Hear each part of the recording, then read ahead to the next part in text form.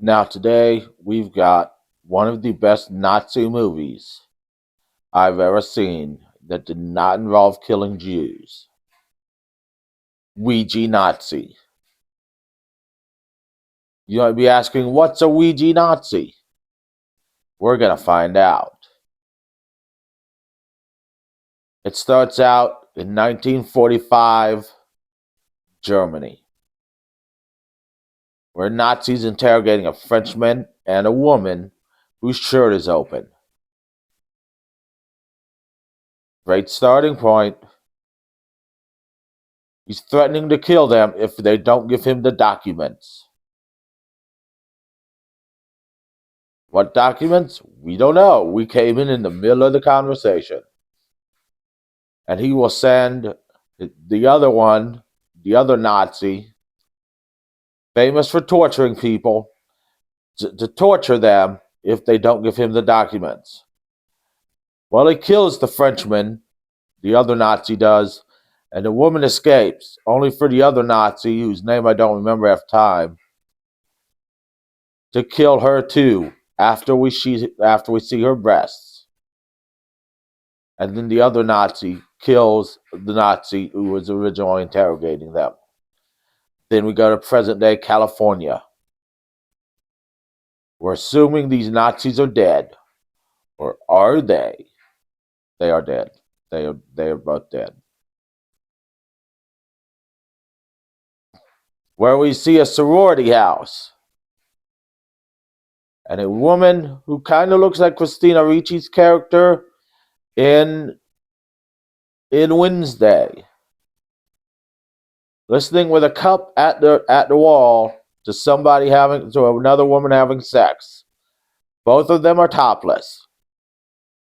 This is a A+ movie in my book. Lots of nudity.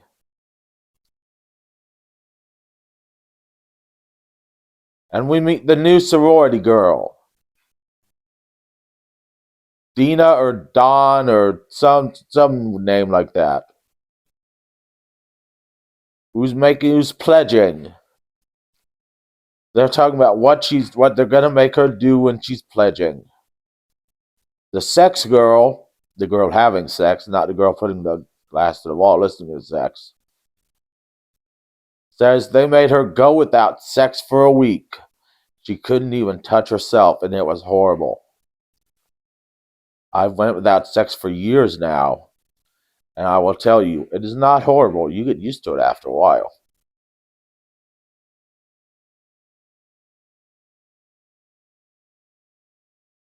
But anyways, the pledge moves on to her room, where the president of the sorority comes in and tells her they're going to party in her old summer home.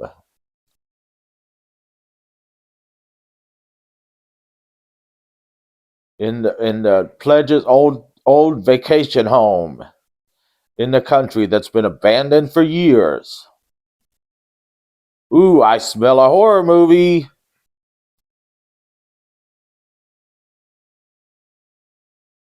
Now, the pledge doesn't really want to, but the president says this is how she gets into the sorority. And everyone wants to join a sorority. Even I want to join a sorority. So it's decided. And then we see the chick who is listening to the wall out on the town with a drink, just wandering around. Then she gets called, that's time to go, and she races home to get on the van so they can go. And we meet the other pledge sisters, the obviously Southern Dyke, the Southern Dyke's black girlfriend. Because there's not racism in the South anymore. The other bitch who sucks up to the president.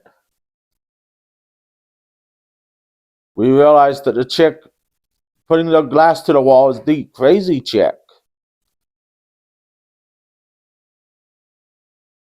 And we already met the sex crazed chick. These aren't stereotypes at all. This must be an actual sorority. This must be a documentary.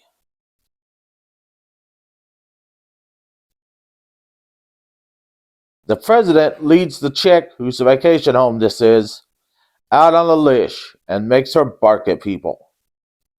Because that's what happens in every sorority when pledges are around. As I said, we're watching a documentary here, people. This is based on a true story. You can tell now.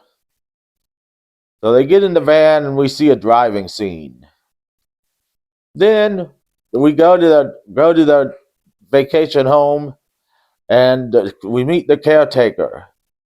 And a sex crazed old redneck guy who's hitting on the girls, who they then immediately throw out after he shows them around.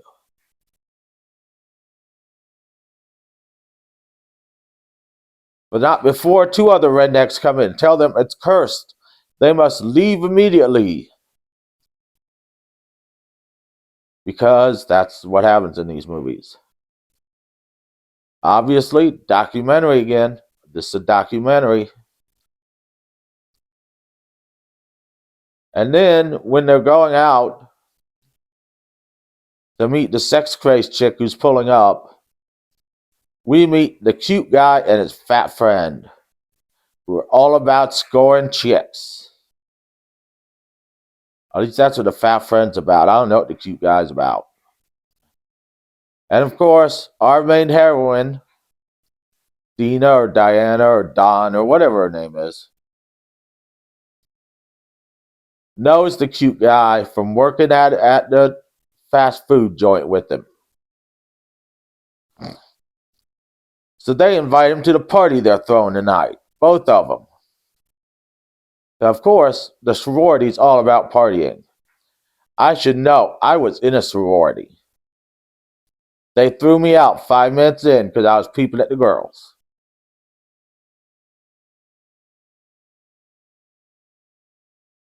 So then the girls go to the poolside because there's a pool at their vacation house, which is in pristine shape considering the vacation house has been abandoned. None of them get in the water, though.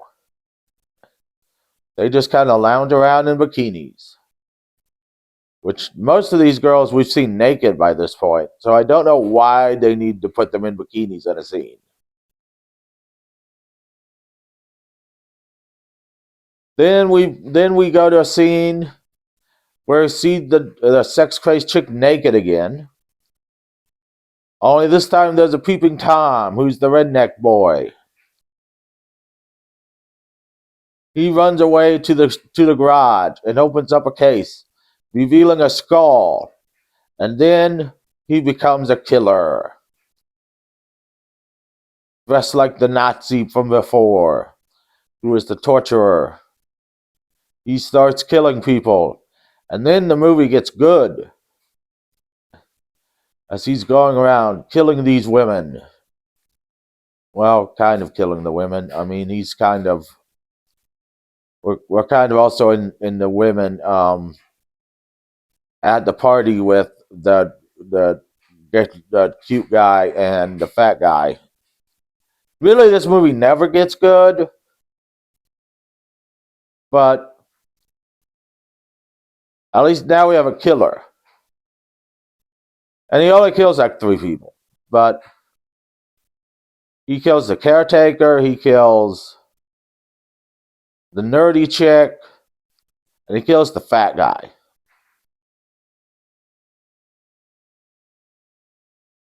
And then the dyke kills him. And then, but before the dyke kills him, they decide to play a Ouija board. They decide to play on a Ouija board. And of course, like any sorority, they want to talk to the dead Nazi who owned the house, who is the main chick's great-grandfather. Except Ouija boards aren't real, so someone was moving it. But anyways, we're going to pretend they are for the sake of this movie. So after they kill the killer, he passes the killer onto our main character, who now becomes the Nazi torturer. And they take the peeping Tom outside to bury him, so they don't go to jail. And she disappears into the garage where she reveals the skull and dresses like a Nazi and starts killing people. Now at the point they break out the Ouija board, we're like an hour in. This is when they get to the main point of the movie, and the movie's only like an hour and a half long. So you can see this movie isn't great. It's like Ted 2, only Ted 2 was funny. This movie isn't funny and it isn't great, and it makes her bark like a dog and be on a leash a lot. So you want to see a girl bark like a dog and be on a leash, watch this movie.